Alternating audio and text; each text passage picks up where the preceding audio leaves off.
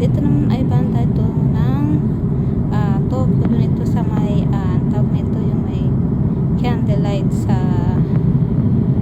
tawag doon ay sa may Enoshima pala. Ito yan sa may Enoshima candle. Dito naman ang Fujisan, ang Mount Fuji. O diba, wala siyang snow. Ay, last year pala ito. Last year ng October, wala siyang snow. Ito banda ito sa may Nagoya eh. Ito dito yung meron siyang ano dyan. Ano ba yun? Basta paliguan siya. At siguro sa banda kaya hindi ko matanda. Tignan mo, ang ganda-ganda. Siguro may mga bandang ano to, Kagoshima. Hindi na to Okinawa. Tignan mo ba? Parang ganun. Tignan mo. Ang lapit ng ulap. Kung bukas lang itong ano, bintana eh, no? Sarap hawakan. Parang kayang-kayang abutin. Ang lapit-lapit ng ulap.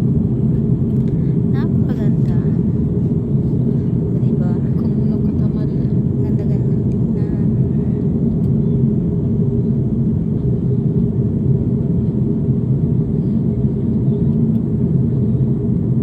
Nasa bandang dagat na kami siguro nito. Kasi wala nang nakikita sa iba pa. Ayan, puro dagat. Guys.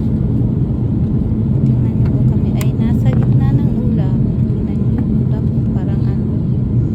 Parang kaya mo siyang abutin na ganun. Parang ang sarap maglakad. Sa ibabaw niya. Diba? Para siyang carpet.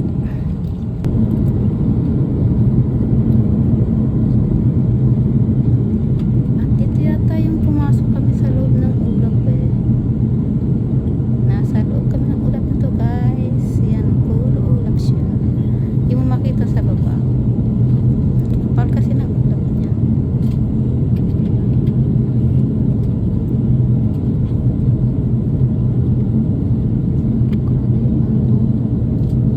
Clouds. Parang bangkit.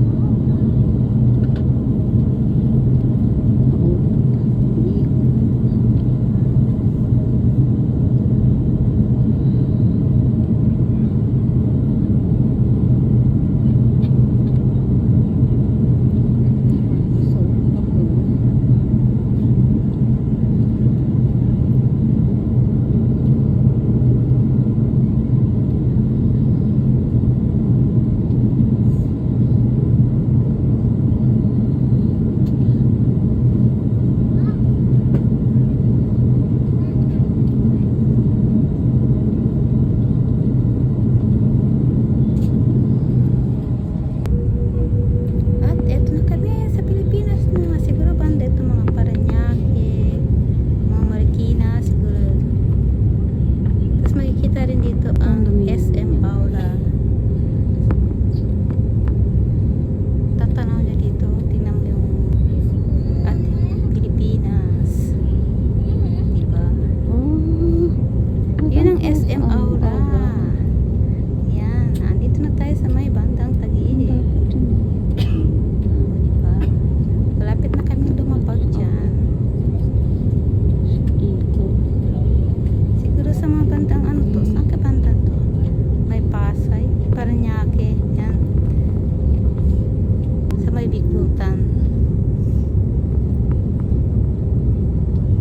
Paglipag na kami dito. Traffic.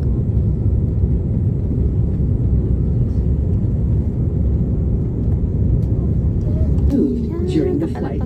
If you require assistance, please remain in your seat until all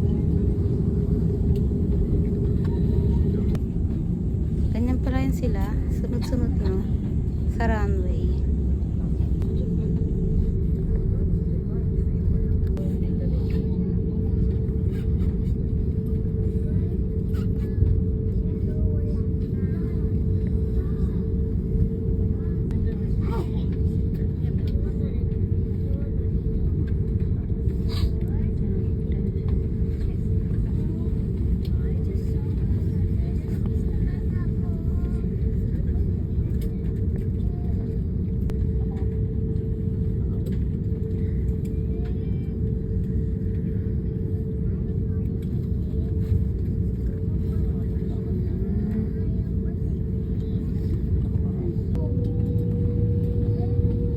this our approach for arrival in Crosstrack.